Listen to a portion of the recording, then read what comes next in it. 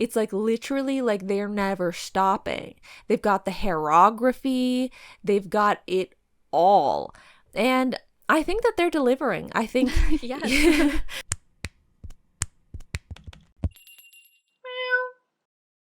Howdy Meowers, my name is Cecil. I'm back with Devin. Hi. We are here for part 2 of our discussion of June 2024 K-pop comebacks. Last episode we talked about boy groups. This week we're doing the girl groups as promised. That's right.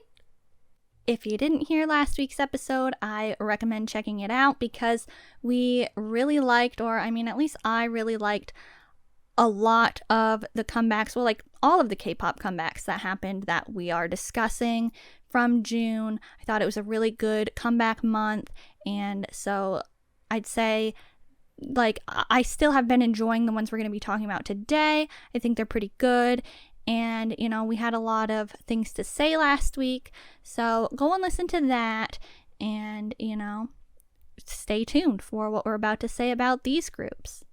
Absolutely. Side note, please excuse if there's any additional background noises this episode. They are meant to compensate. Well, they're not meant to, but compensations have been made for the heat. So yes, please keep that in mind. Yes, BlushCat HQ does get rather stifling sometimes. So, shall we begin with our first girl group, Kep1er? Okay, Kep1er, let's go. Okay, so they had a comeback on June 3rd, and their title track was Shooting Star.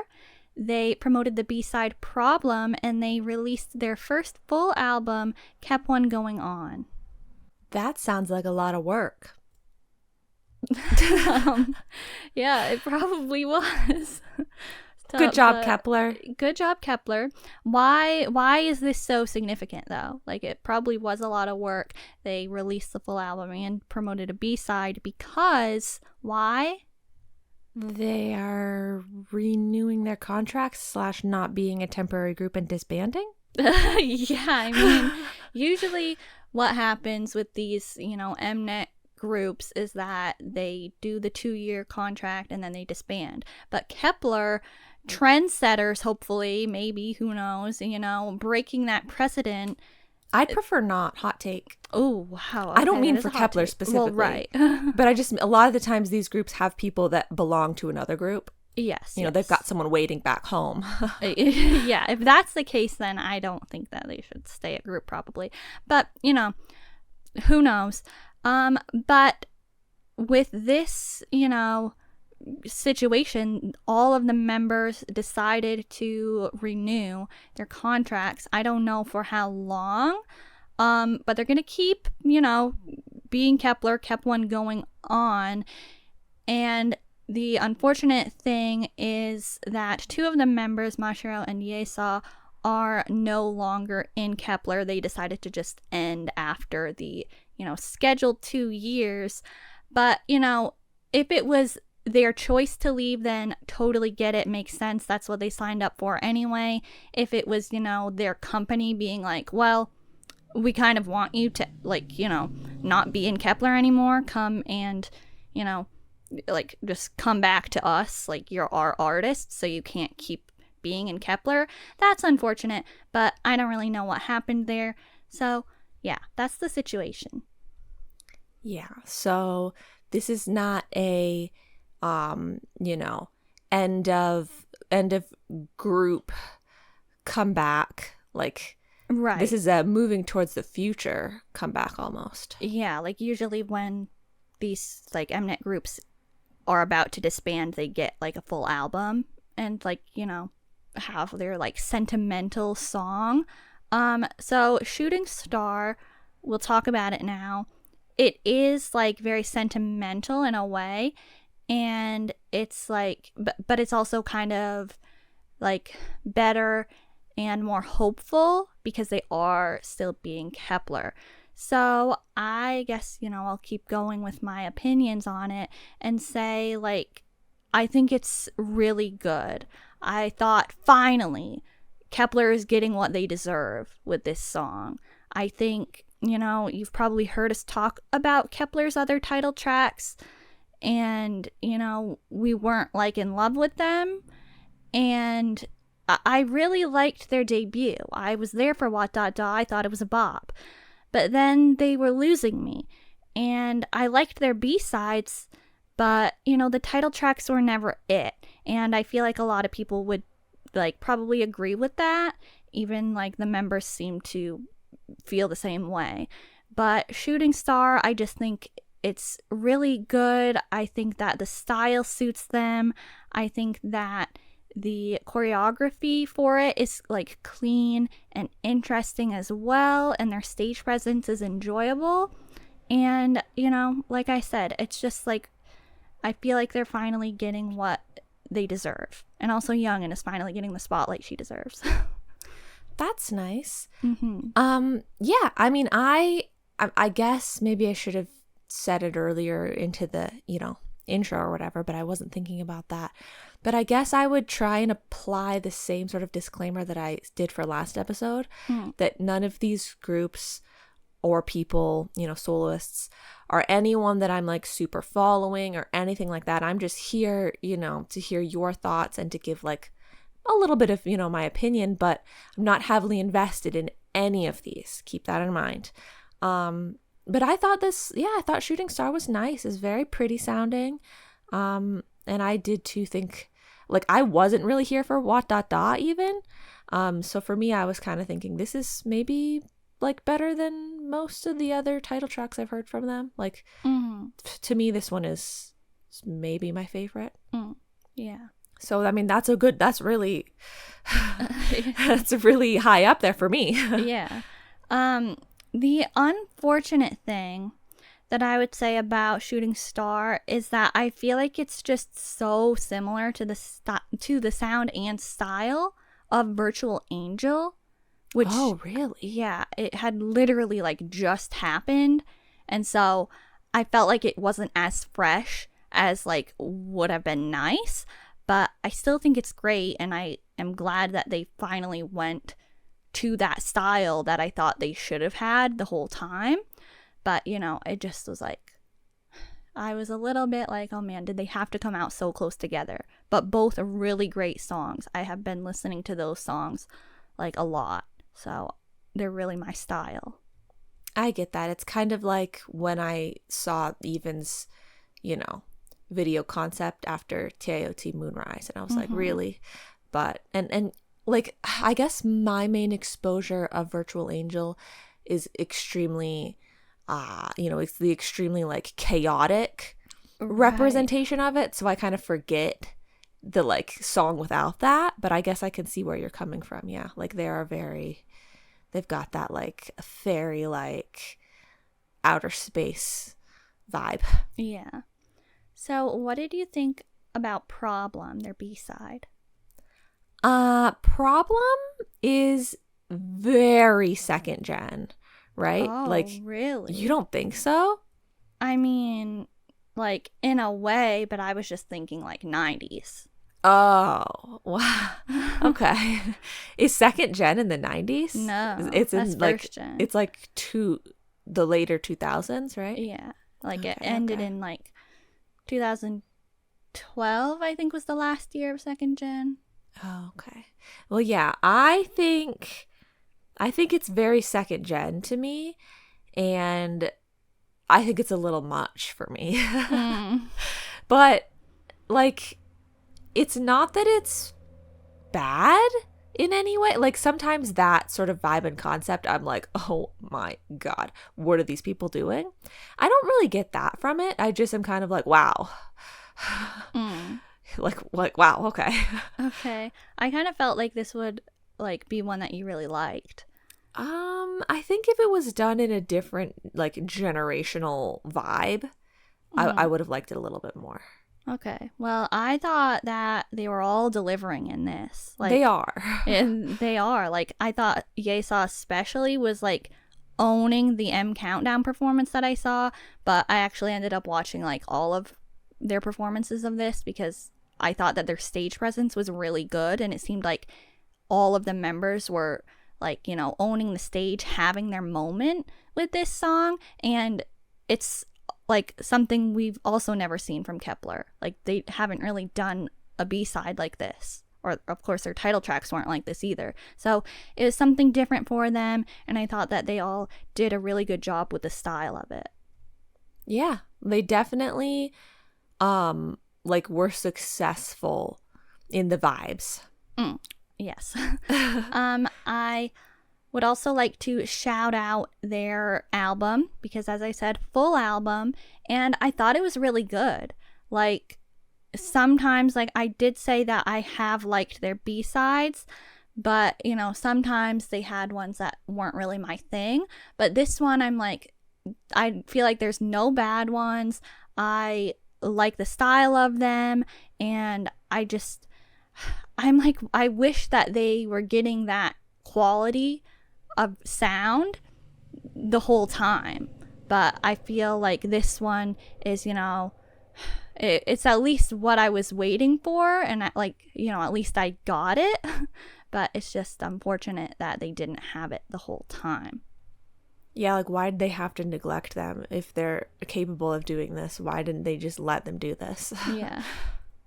Once again, we'd just like to apologize for the background noise. It might be getting excessive. Very sorry about that. So just try to ignore it, please. Just power through. Yes, so we will now move on and share our opinions on Weki Meki's release, I'll call it, rather than a comeback. That, I know, right? That happened on June 12th. So, should I, go for it? Do you want to go for it? How do you want to go about this? Why don't you start? Okay, I'll start and talk about Coincidestiny. That's the name of the song that they released. So it's just a digital single, and that should, say a lot already, right? So I'll start with, what it is, what it entails. It's a song that's made by Suyeon and Rina, two of the members, and I think it's really nice. It reminds me of their Lucky and Hide and Seek albums, and it once again has like a spacey and retro feel, like, Kep1er Shooting Star, another one we'll be talking about later. The space and retro themes have been very, very, very big in K-pop. Retro for a long time now. Space, I feel like more recently, it's like getting tacked on. But yeah, that's the vibe of this song. I think it's like a very pretty song. It's kind of chill though. But it's also sad. Like it's like has that sense of like longing to it, and you're like, oh man, Weki Meki. Like, as a Weki Meki fan, that's how I feel listening to it, because it's kind of like their disbandment song, basically, to get it right out there if you don't have any idea. Yeah. A lot of the points that you have pointed out are the exact same things that I was thinking. Yeah. What did you think? Did you enjoy it? Yeah, I said it's a really nice song. And I said, like, because a lot of the times I'd be like, yeah, I mean, it was pretty.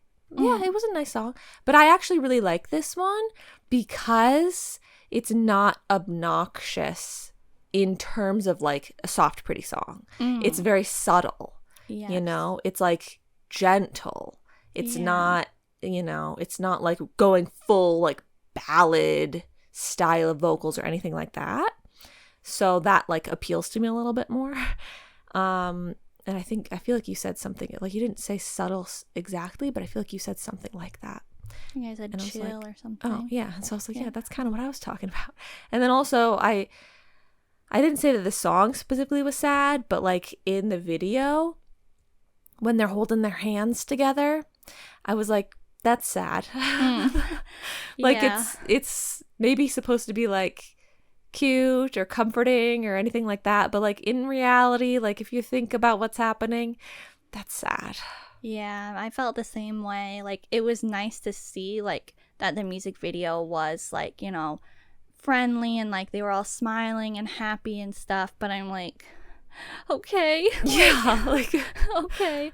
I feel like we should bring up the budget because it just is, an unfortunate aspect of this release. It's just really unfortunate that the company literally put like zero effort into this. Yeah, it's unfortunate is a good unfortunate literally because there's no fortune. But yeah, like I feel like even if you don't like know what was going on or anything, you just can tell by looking at this. It's not like, oh, it looks kind of cheap. No, like it actually looks like homemade. Like it looks like the cameras are not the same type of cameras or something that like make things look that other way. Like it looks like home video. Right. Like it looks like a group of friends that just literally like were like, oh, let's film a K-pop video. Yeah. And like it has so much to do with the camera, I think, and the maybe the lighting makes things look that way. I don't know. But like obviously that same set of like the garden could have been used. Their acting could have been the same. Those things all they would have done the same exact thing, and it would have looked better if the equipment had been the better equipment. Right. Yeah. So like, I don't know why it was like that. If all I know is that like I'm saying like I don't know if the members actually did have to put everything together themselves, and so they did what they could like for this one last release. Like I know people were saying like, oh, the members did this and this, but I don't know if that's actually true or not. But like regardless, you can tell that the company really just did not care. They haven't cared about Weki Meki, which, if you don't understand the situation, that's kind of like the gist of it, is that the company just stopped caring about this group. Yeah. They haven't had a release since November of 2021. I mean, Yoo-jung had her like official solo. That was like the last real release that they had, and if it weren't for the members, they probably wouldn't have even gotten this one last thing. So it's just sad. Like they had no music show promotions for this. The music video actually got deleted and re-uploaded. I don't know why. I don't know if there were any changes or not. I don't think so. It seemed like everybody was saying it looks exactly the same as it did before. I think I saw like someone doing a side-by-side thing, and it was like, I don't know if they were being serious or not. I didn't click on it. I just hovered over it. But it seemed like the point that they were trying to make was that it was re-uploaded because of like color grading that got changed. But I was like, I don't see the difference. Like it must have been the most subtle change, if there was a change, which would be like, why would you even change it? It's not like... Yeah. And like, so to do that just seems like sabotage from the company even further, because like they'd lose out on all the views that they had already gotten. Yeah. And like, it's just this one single song. And so considering, what a great group I think they are and how much potential they could have had if they were actually cared about by their company and promoted properly, like it's just... I can only hope that they will continue as a group. Like maybe they would do that, but just move to a different company or something like that. Possibly rebrand. I have no idea, but that would obviously be the best outcome of this whole thing, is like still being Weki Meki, but just hopefully treated better. I don't know. I don't know what will happen. Yeah, that definitely has become more possible seeming through the years for groups to like pivot to a new company or something. They definitely seem like they, like the idea of being together, coincidestiny, holding the hands. But it's wild to me that a group and a company can have a contract together where the members are contractually obligated to stay with the company for a certain number of years, but apparently the company is not contractually obligated to give them any work. Like, Yeah. you have to be in our company for this long until the contract is over, but we're just not going to let you do anything. Like, that just seems crazy. Yeah, it's just, it doesn't make sense to me either. I mean, all of the members have been like active in some regard. Like, they do a lot of musicals, a lot of acting, a lot of like radio show hosting. They are out there. It's just they haven't been active as Weki Meki. And they even finally got a light stick, but that was like years ago. And the fans haven't even had a chance to use it for like an actual comeback. They've only had like a couple like music festival type appearances and stuff like that. So it's just, I don't know. I just wish that people would have, focused on Weki Meki and that the company would have treated them better, because I think that they have all the talent. I think that's a good way to sum it up. Yeah. Well, I think there's not much else to say about Weki Meki, so I think we should go on to talk about a K-pop soloist who had a comeback, and that would be Sunmi. Okay, let's go. Sunmi. It's time. Why don't you go ahead and start? Okay, so Sunmi had her digital single, Balloon in Love. Now, I have never, I'm just going to say it, okay? I've never liked a Sunmi song. I've never been here for Sunmi. Sorry, Sunmi. It's nothing personal. She just doesn't really make the style of music that I like. But this one is pretty like cinematic. Like, it seems like it would be played in a movie. Yes. Like, I don't mean cinematics in like dun dun, like movie theater vibes. Maybe more of like an indie movie or something like that. But like, it really has this quality to it that makes it sound like more than a radio song, into that realm of like, sort of like story movie vibes. I don't know. Yeah, no, I totally agree with you. I think like the music video, like, and the song are very chill and have indie movie vibes. So yes, I'll say I recognize, and I mean, I don't have much else to say. Oh. Okay. So how did you feel about it? Well, alongside what I just said, I think that it's really nice and aesthetically pleasing, sound-wise and visual-wise. Like, the stages that I saw were really pretty. Like, the set design was great, and I thought that the choreography was very pretty too. I really liked the way that the background dancers interacted with each other, and everyone looks like they're having a good time. Like, I remember Key's Good and Great had that similar vibe going on, and I enjoyed those stage performances as well. And I just, I think it has, some sort of extra element to it that makes it like elevated to some degree. Yeah. And I also really like the title of the song, because it's like cute, but it's like, romantic and pretty, and it has sort of that quirky vibe that Sunmi likes to have in her style. So I think it fits nicely with her vibe, even though you might think of her as having like, the darker, more twisted sort of concept or something like that.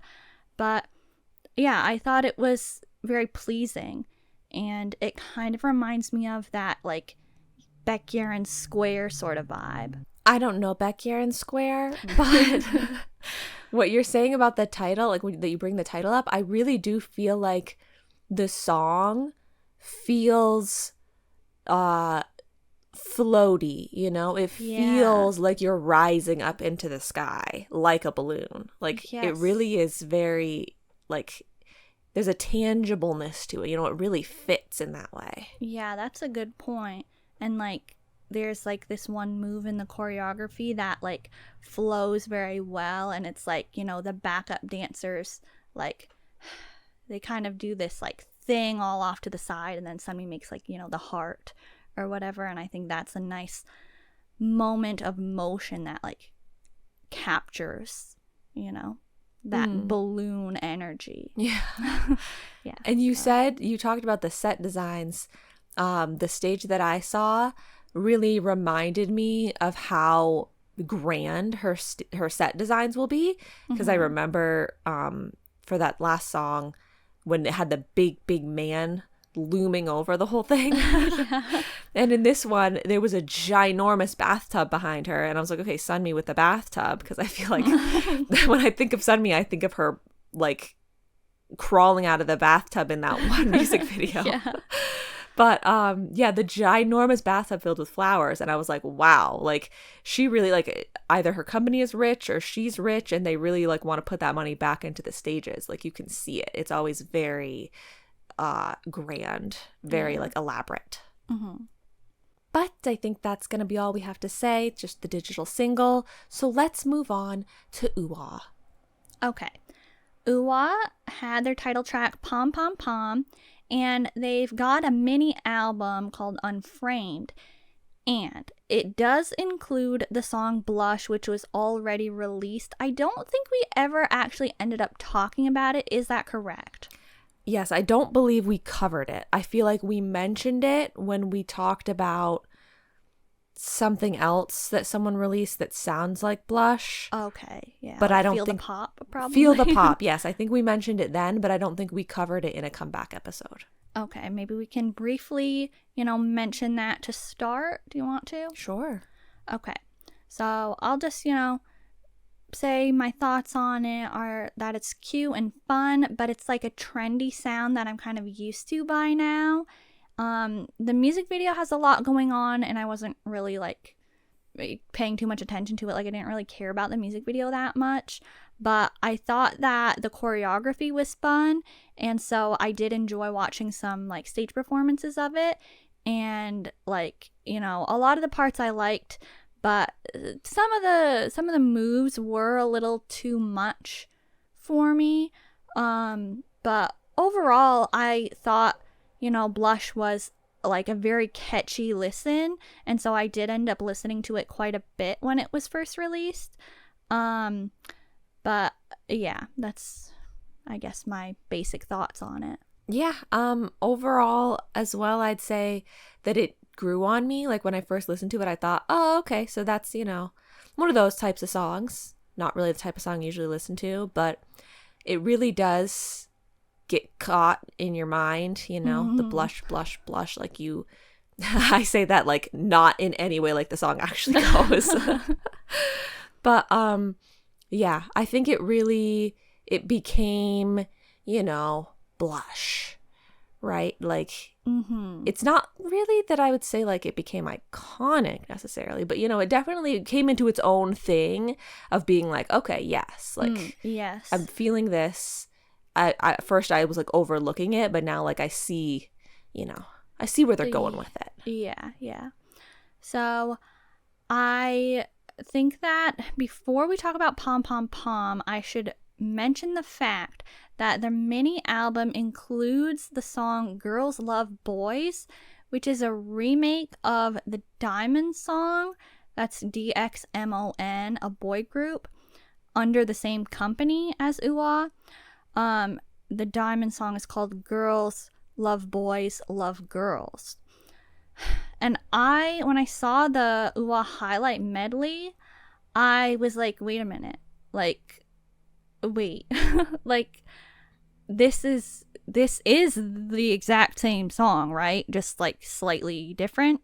And it is. And I just want to say, like, I don't really know why they did that, but I was very surprised by it because I do feel like there is something in K-pop that has done this type of thing before, but I cannot remember what it is, and so I just feel like it's something that I've never experienced happening before, at least not that literally close in succession, because the Diamond song just came out, like it's their newest title track. Yeah, when I heard about this, I couldn't think of or come up with a reason that made sense to me. Like, yeah. Because I can understand a group covering another group's song.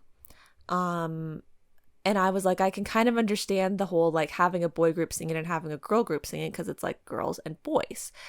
But I was just so confused. Like my main point of confusion was that Diamond is a newer group, a younger group. And so WOOAH is covering like a group of their subordinates almost, you know, like it just seemed backwards to me. Like why wouldn't WOOAH have had the song and then Diamond like did a cover of it? Yeah, like it almost seemed to me like, because we're about to talk about WOOAH's title track, and it almost seems to me like WOOAH's title track was supposed to go to Diamond, and that this song from like the title track from Diamond was supposed to go to WOOAH. But like I don't know, it was just so shocking to me. Maybe some weird, radical, like crazy thing was going on. And they're like, okay, what do we do? Like, we have to shift some things around. They're like, okay, you for now take this song. It's ready. I think you guys can handle it. And then you guys are going to have to just take the other song when that one's ready because your comeback isn't going to be for a while. Yeah. I don't know. But, you know, that song is fun. It's a vibe, like, but let's talk about the title track, Pom Pom Pom. And would you like to share what you thought first? Sure. I don't know much about WOOAH. Like, really, before Blush, I can't, like, solidly name another song that I know that they've done. I know I've heard them here and there, but, you know, that's how little I'm following them. But so I had seen Blush very recently. I knew the vibes of that. And then I saw this one and I thought, wow, from Blush to this is wild. Yes. So, yeah, first and foremost, I thought that was crazy. Yeah, like talk about a complete 180. Yeah. And they really brought absolutely everything to the table. Like this Pom Pom Pom song, but also music video performance, like all those vibes, it's like literally like they're never stopping. They've got the hairography, they've got it all. And I think that they're delivering. I think Yes. I think that, you know, once again, kind of like Problem, this one's a little much for me, but I do still think it's quite catchy at certain parts. I really like the WOOAH part. Me too. Love that part. I think it's clever and I think it sounds nice. And yeah, like even though it's a little much for me, maybe it's like they're doing a good job in a way that it's like, you know, I recognize that they have got the vibes. It's the same thing. It's the same thing as what I said for Kep1er, you know? Like, they're totally delivering it, you know? It's not some awkward situation where I'm like, wow, I don't know if they should have done this concept. Like, they fully can pull it off. Right. I totally agree with that. And lastly, I would say that it felt to me like they are the top rival group in a, like, movie competition show. You know, it's like you're watching Bring It On, and you have the group that you're following during the movie that's practicing for the end of the year tournament or whatever. What is that? Bring It On. Yeah. They're cheerleading movies. Okay. No, I think they're kind of like, there was like a lot of them. It was like Bring It On Extra, Bring It On, something like that. So for a while it was like a common, like you would have heard about Bring It On a lot, but not, you know, for many years. I don't think they've made one. Okay. Maybe that's wrong. I don't know, guys. I'm sorry. I don't know not much about Bring It On. But yeah, like that vibe of movie where it's like you are watching a specific group. I'm not saying WOOAH is that group. There's this other group that the one group is really afraid of, that they're going to be going up against, that's like top tier. Okay. You know, and it's like it shows their like performance and they're all like sweating, dying. And the only reason that they end up winning is because of some sort of like heartfelt reason, you know, but the other team was like actually literally like top tier delivering. That's funny. That's what it seems like this WOOAH Pom Pom Pom is to me. Okay, I like that. I like that comparison. And yeah, I'd have to say I agree with what you're saying. Okay. Because they definitely delivered the energy. It was like completely different from anything I've seen from WOOAH before. And it's also not a common style that I see from girl groups. True. Props to them for trying something very different and being able to pull it off. I'll say that I've kind of known about WOOAH since debut. Well, I have known about WOOAH since debut because of TLO. TL1, Eunbi, back in the day, he would be playing WOOAH's WOOAH all the time. So I kind of became familiar with them. Is that the jellyfish jam song? What is that called? From SpongeBob? The jellyfish jam. I don't know. I can't remember if that has a part like that in it or not. Oh, okay. Sorry. Keep going. But yeah, that song, I was there for that, sure. But I'm more like the Catch the Stars roller coaster vibe enjoyer.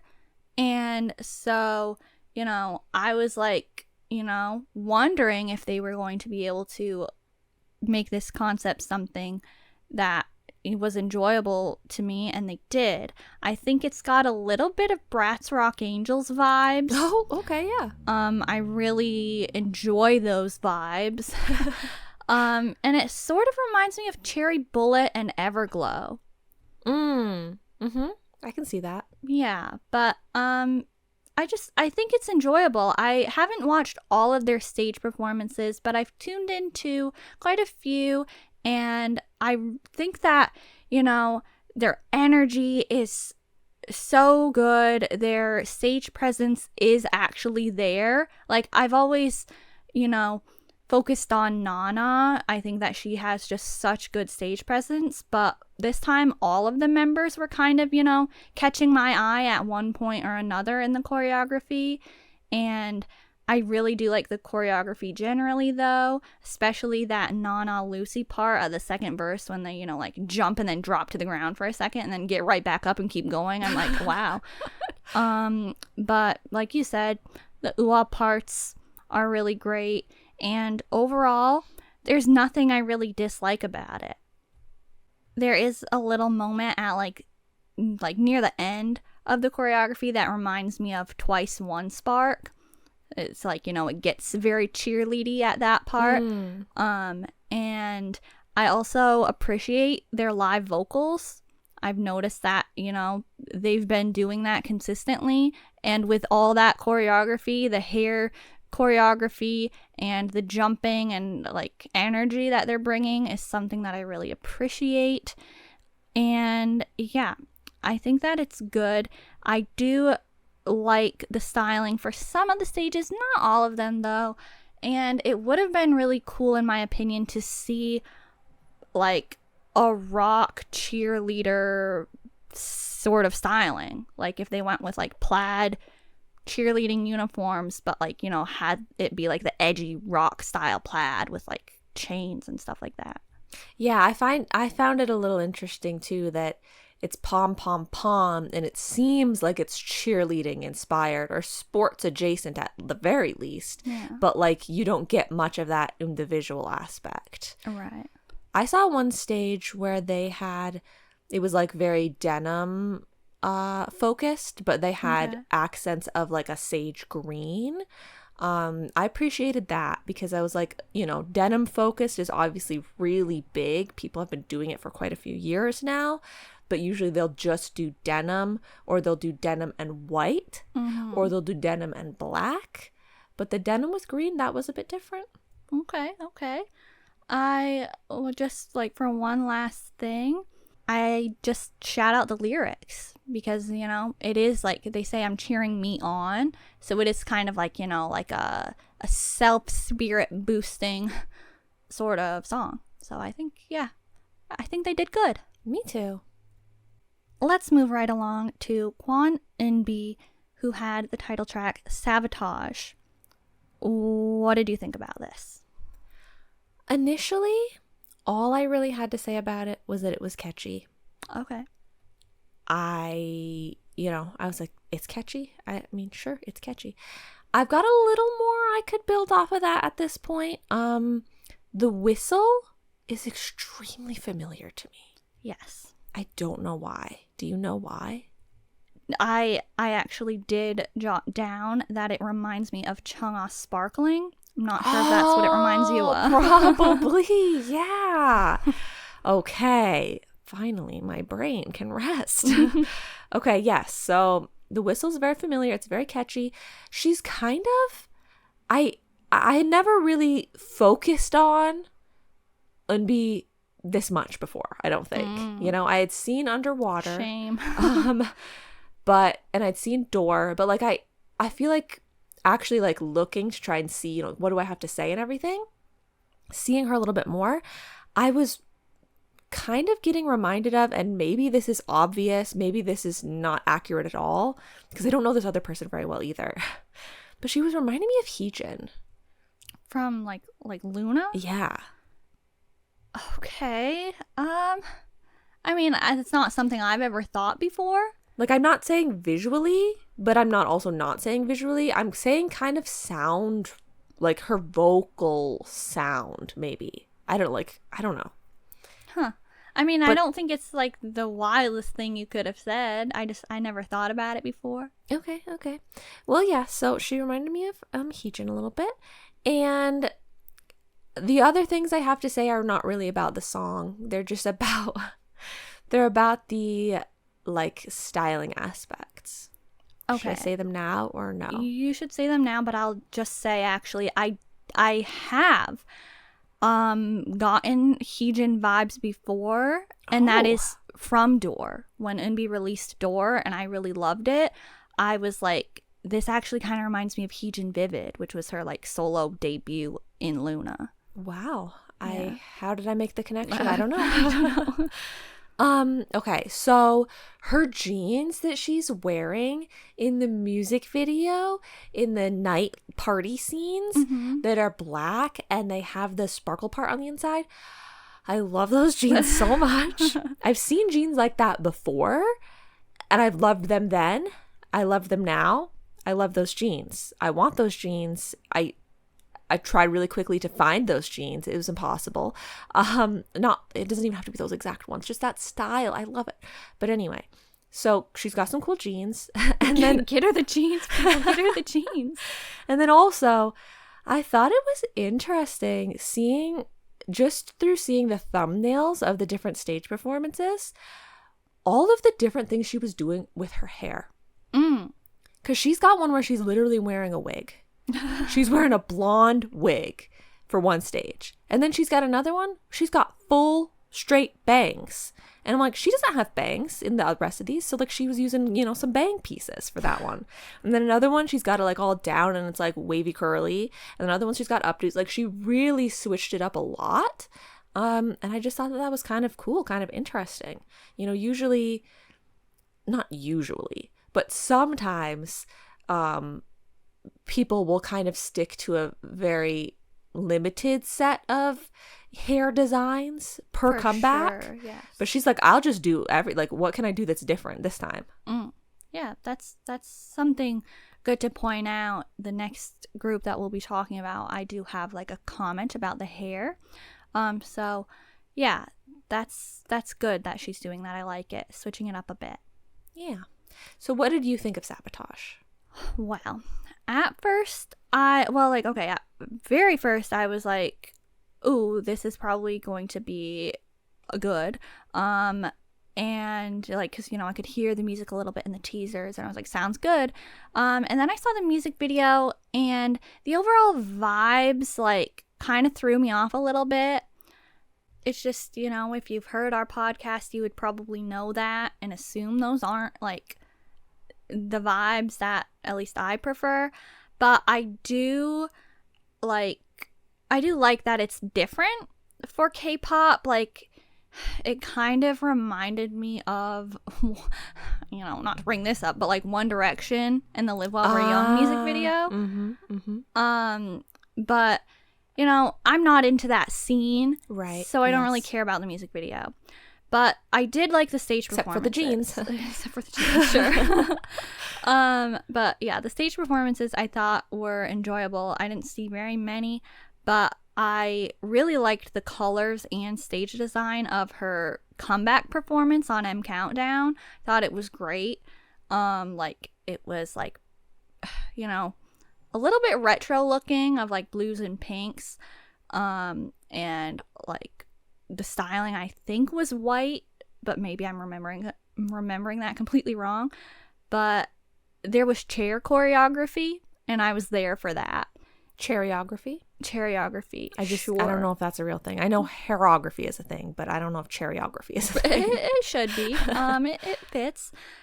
And yeah, just I like that she's going with that, you know, sleigh concept still.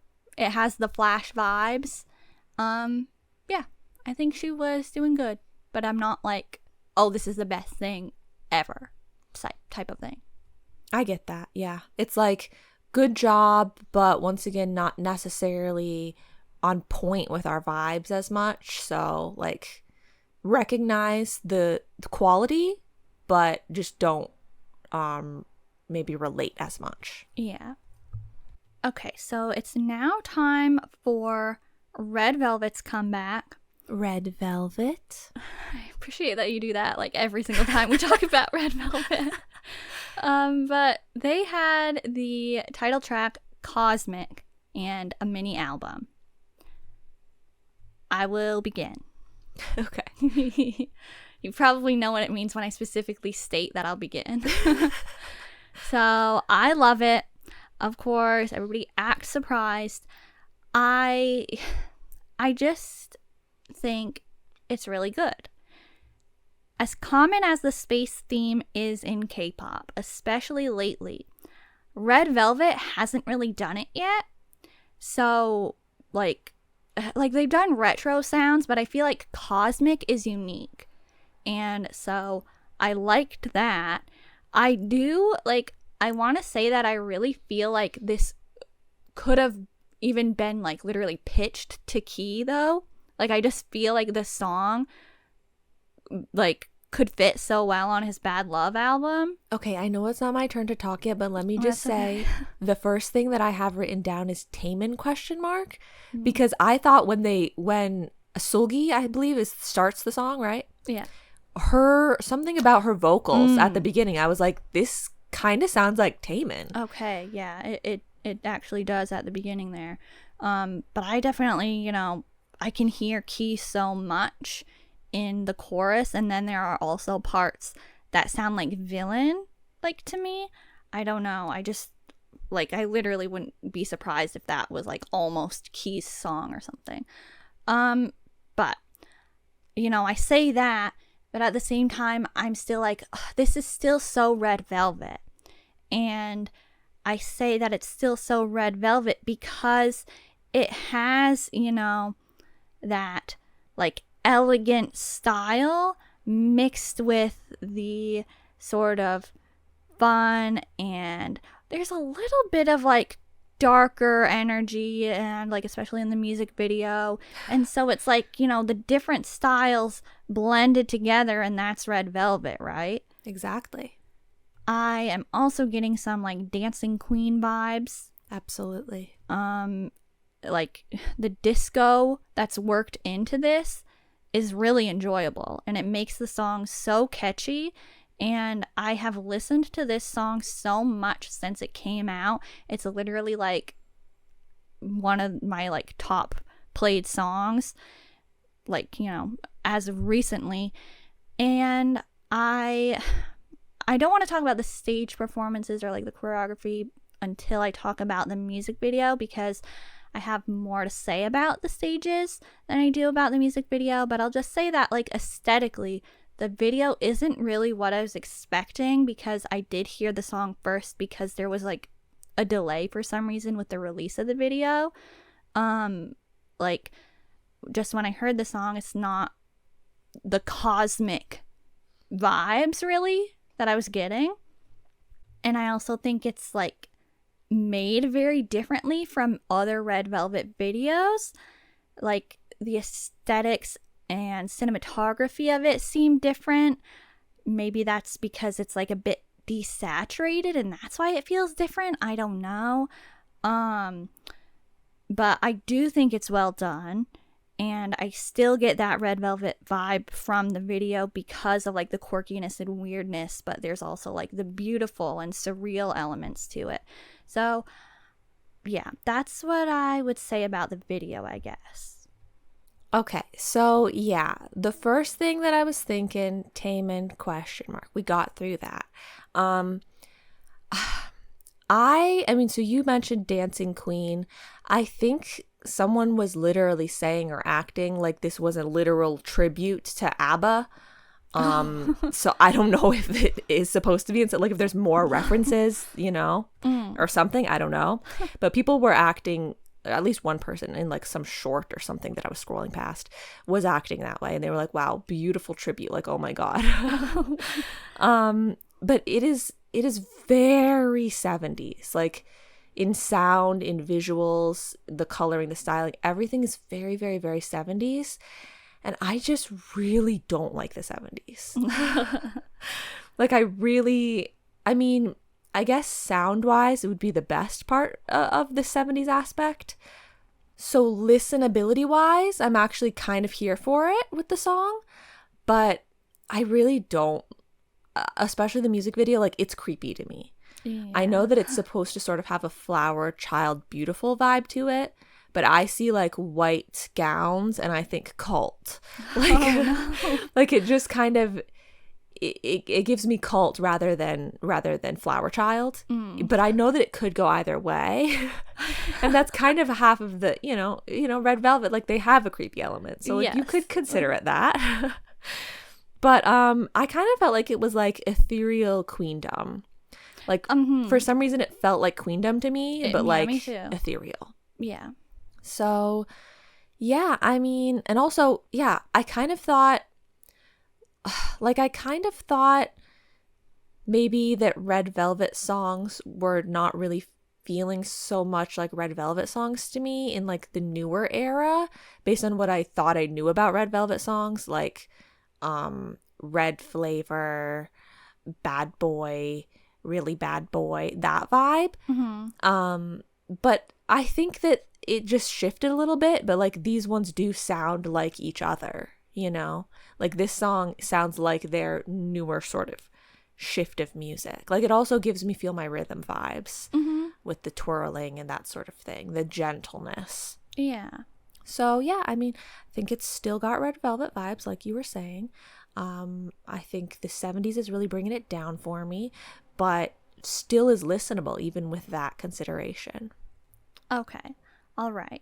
I'm not a Red Velvet fan, guys, but I'm appreciating it. I want to appreciate the choreography because I think that's great. I really think that it suits the song really well. I like that it's elegant but also bouncy and has disco elements. I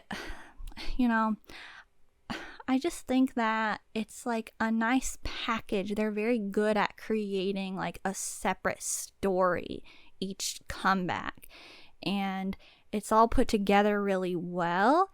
And I loved the styling in all of their stages, and I especially love the glitter and sparkly looks, like their M Countdown stage that they had in the blue with like the sparkles. That was so pretty. It was like so different for K-pop, I feel like. God. Like she's rubbing it in my face. Like, sure, they do glitter and stuff, but this was like, oh my God, you would have loved it. It was like so on another level. Yeah, like it really was. I saw at least 2 different stage performances, and both of them were like flower child vibe. Yeah, they did some different styling. And so, I appreciate that as well, that they went with different vibes. And then there was the one that everybody knows, like it looks like Seulgi 28 Reasons styling, which was kind of an oddball. Yeah. But I mean, I like that styling. It was just kind of weird that they threw it in with this cosmic comeback. I will say I would have really loved to see them play with the like member colors more. Oh, yeah, that would have been cool. Yeah, like the album design referenced it a little. I thought that they had really good album design. And like they went with some Sailor Moon inspiration.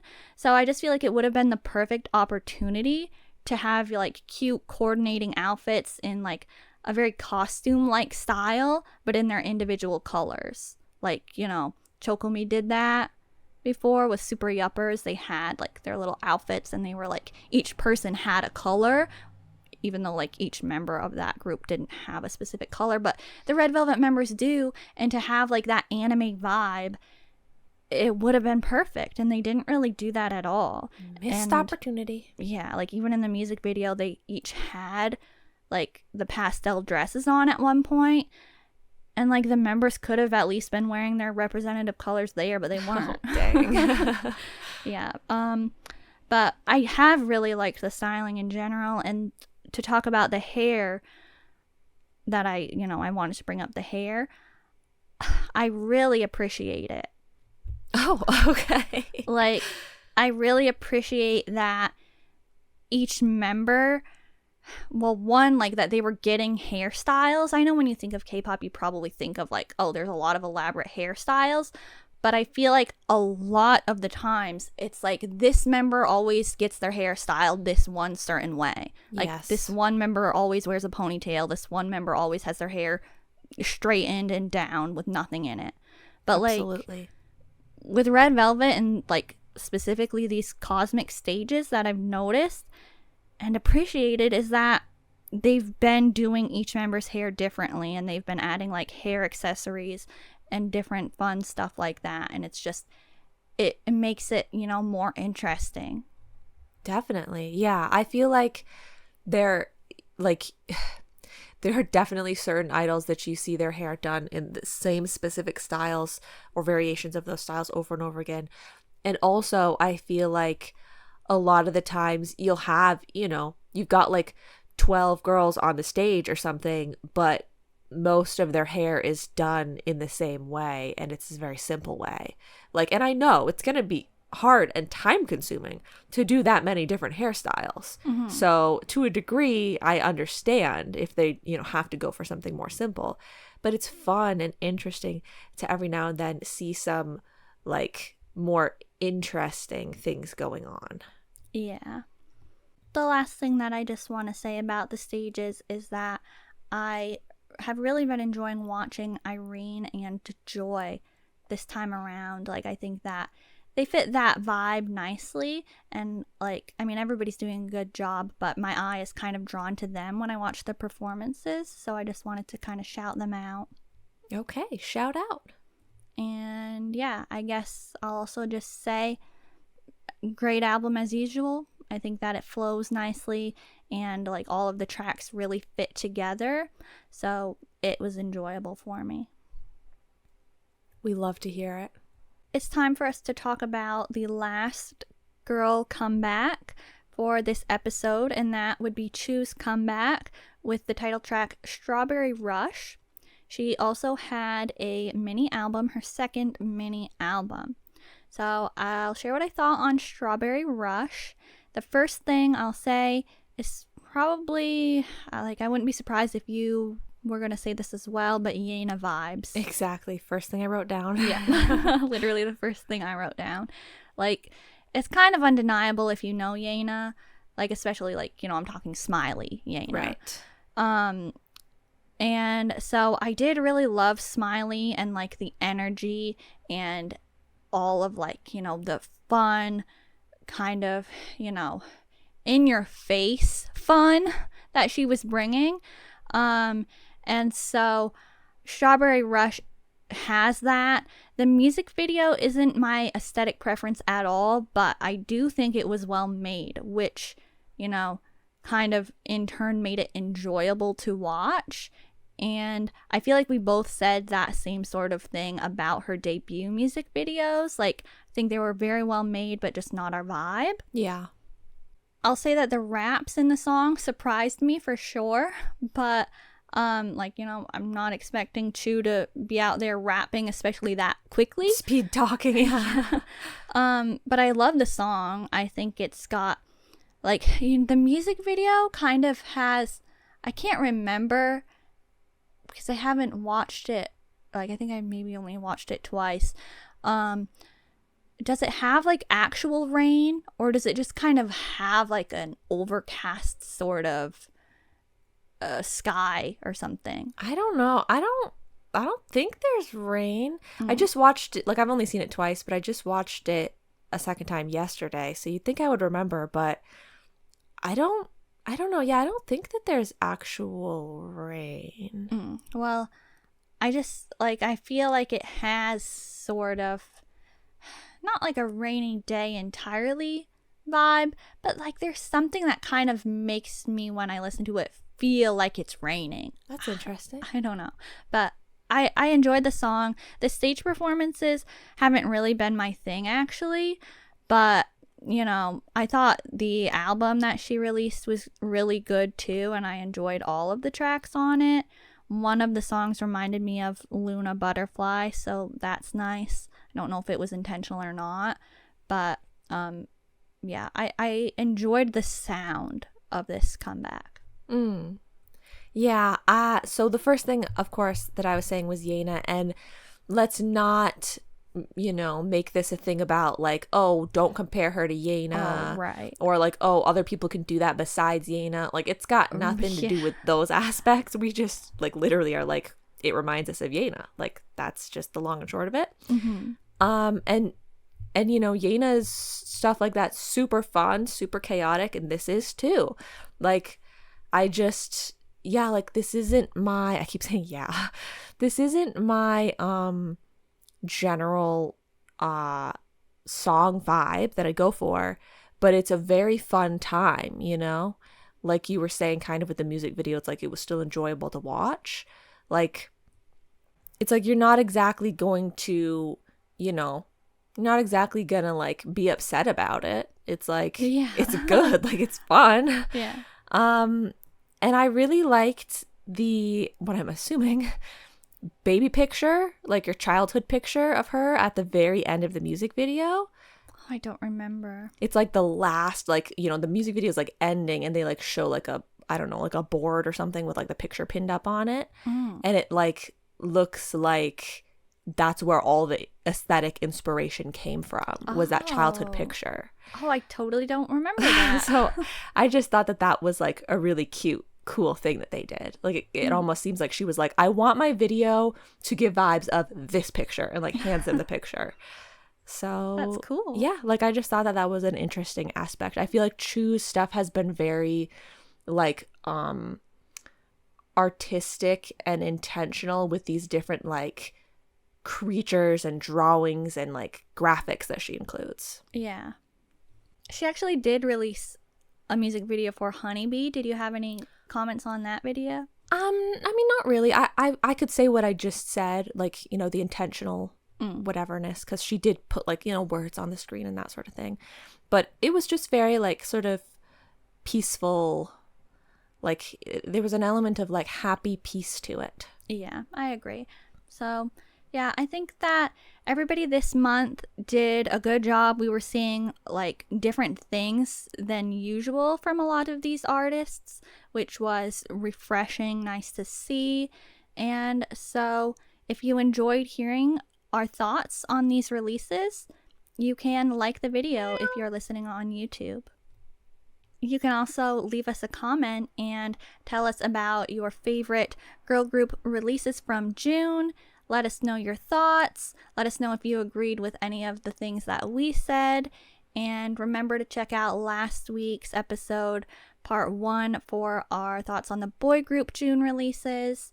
And if you haven't subscribed to BlushCat on YouTube, please be sure to do that and turn on notifications.